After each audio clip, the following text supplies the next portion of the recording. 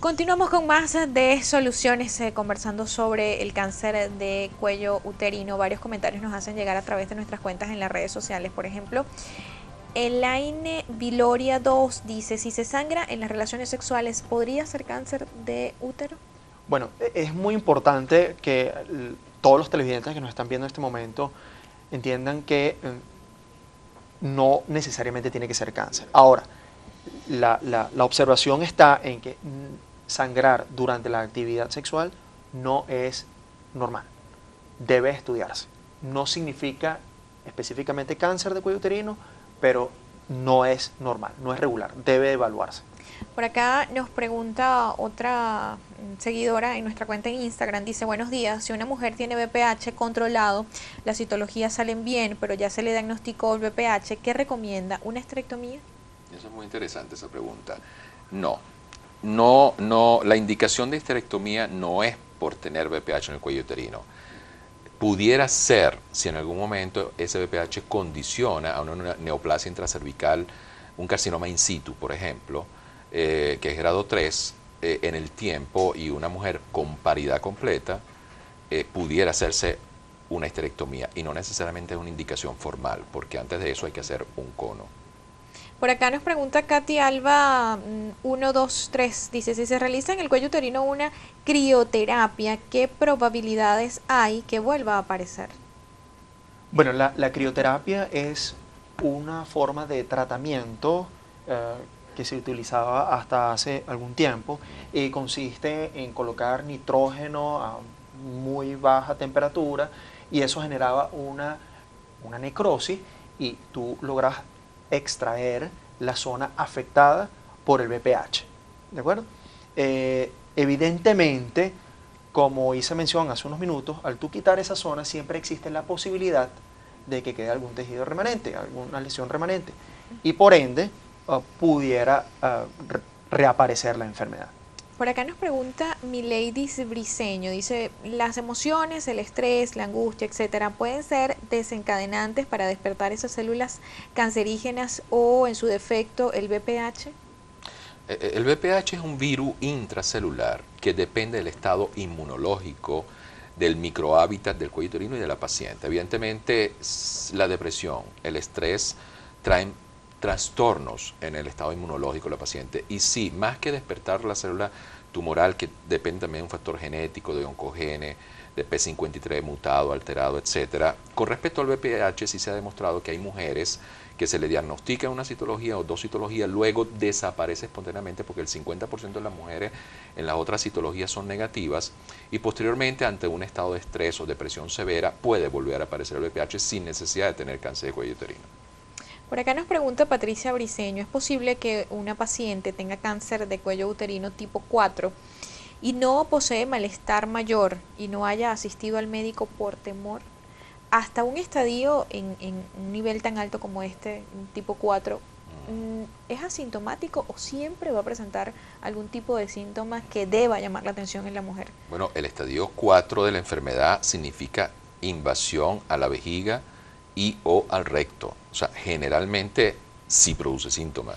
Es muy difícil que en un estadio 4 de la enfermedad la paciente no sienta nada. Debe sentir por lo menos un peso en la pelvis, o tener rectorragia, o tener hematuria, etcétera. Un estadio 4 de la enfermedad es algo muy avanzado. Generalmente yo creo que sí hay síntomas con este. Francisco Emilio dice, ¿cómo diferenciar el virus de alto riesgo del bajo riesgo? Desde Barinas nos pregunta. Bueno, cuando tú logras determinar de que el paciente tiene alguna lesión, tú le tomas una biopsia y tú puedes mandar a estudiar esa muestra y determinar cuál es el virus que posee el paciente. Tú puedes, mira, es tal, entonces tú puedes determinar cuál es el. Doctor Paso, una mujer por acá pregunta, ¿una mujer con VPH puede contaminar al feto? Contaminar el feto solo durante el trabajo de parto, si la enfermedad está activa. Es decir, si las verrugas, que es uno de los signos clínicos de presencia de VPH, están activos, en abundancia, en lo que es el tracto genital femenino y genitales externos, durante el que trabaja de parto, sí puede infectar al feto. Si a una mujer en edad productiva, en edad reproductiva, puede o se le detecta cáncer de cuello uterino, es sometida a tratamiento, es curada, ¿puede salir embarazada? Es una buena pregunta que la respuesta no la tenemos en el 100%. ¿Por qué?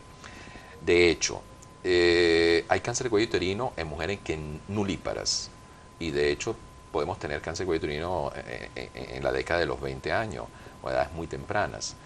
Lo que se trata de hacer con estas mujeres es lo siguiente: los ovarios se tratan de excluir del campo de la radioterapia. Por la laparoscopia se puede hacer una apexia ovárica a la pared pélvica más alta para excluirlo, porque el problema es producirle una menopausia precoz a estas mujeres con la radioterapia externa, básicamente, pues no tanto con la quimioterapia.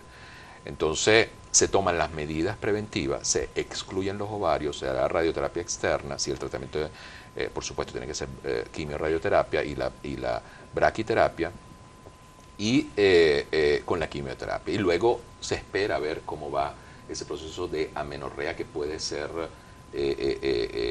transitorio y que puede nuevamente ciclar la mujer y ovular nuevamente. No sé, el doctor, ¿qué opina con respecto a la parte endocrinológica? Sí, realmente es un poco lo mismo que ha mencionado Ignacio, es un poco el tema de la preservación del ovario como estructura que ofrece o genera el óvulo para la fecundación. El otro tema que hay que tener presente es que el cuello uterino, la lesión después del tratamiento, puede producir estenosis del canal endocervical, y evidentemente eso significa que el paso de los espermatozoides puede estar alterado.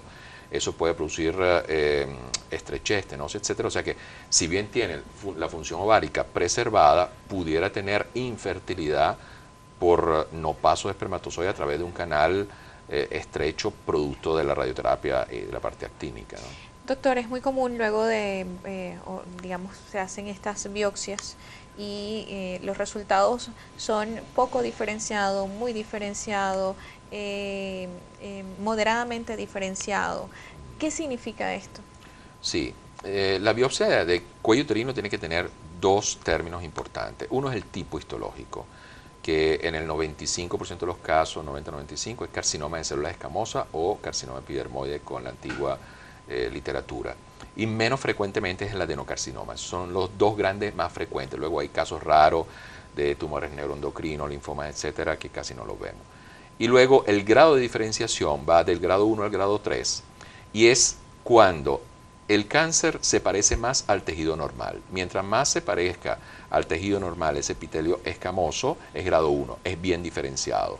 El moderadamente diferenciado, entre más se parece y menos se parece, y el que es más desordenado, ese crecimiento del tumor, es el peor diferenciado. Esto tiene una connotación de factor pronóstico. Un tumor pobremente diferenciado, grado 3, se comporta más agresivo o responde probablemente a veces, puede responder bien a la quimioterapia, pero luego tiene más riesgo de recurrencia. Entonces preferimos que sea un carcinoma de célula escamosa bien diferenciado, que responda al tratamiento y que el porcentaje de recurrencia es mucho menor y pueda curarse el paciente.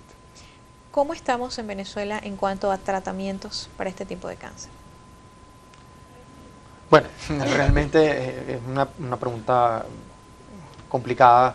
Desafortunadamente en el país sigue existiendo una escasez de medicamentos antineoplásicos que están comprometiendo nuestros tratamientos de quimioterapia. Y paralelamente las máquinas de radioterapia pues están sufriendo de desperfectos.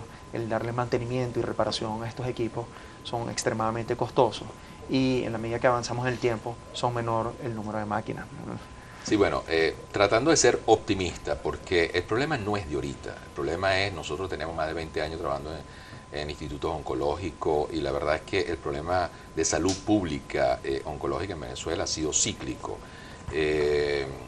Como el tratamiento grueso de esto es la quimio-radioterapia, sí es cierto que a nivel nacional la radioterapia tiene un déficit importante en los centros en los centros públicos, en cuanto a que los que están operativos son muy pocos, tanto en la capital como en el interior del país. Sin embargo, El recurso humano que trabaja en esta área siempre le busca una solución, ayudando al paciente en centros privados que tienen el recurso de la radioterapia y de la quimioterapia, evidentemente, que también es cíclica si llega o no el medicamento de alto costo por el Estado venezolano, hay que conseguirlo afuera. ¿Qué es lo importante aquí? Que una vez que se diagnostica en una mujer el cáncer de cuello uterino, para nosotros los oncólogos eso es una emergencia, o sea, se le hacen los estudios en 2 días y tiene que empezar el tratamiento. Ese es lo que tiene que llevarse para la casa de esta conversación, porque no pueden esperar mucho tiempo, porque el cáncer crece, el cáncer avanza. Es el tiempo en hacer los estudios necesarios y ponerla en un tratamiento. Evidentemente, hay centros privados que están dando radioterapia, que son tan operativos, que si bien el mantenimiento es alto, pero que tienen que buscar la ayuda para hacerse. Sigue siendo a nivel hospitalario un problema de salud pública, los resultados probablemente los vemos, no es lo que esperaban, pero es porque ya se presentan de manera avanzada por toda esta sensibilización que falta en la población de ir tempranamente al ginecólogo, hacerse su citología anual, etcétera.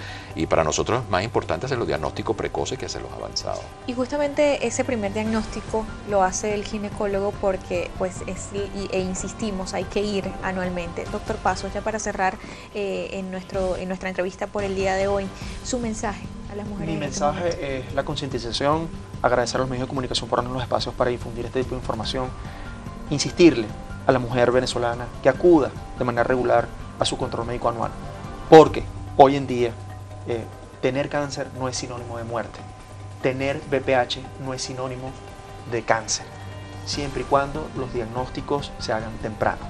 Eso es lo más importante que yo quiero dejar el día de hoy.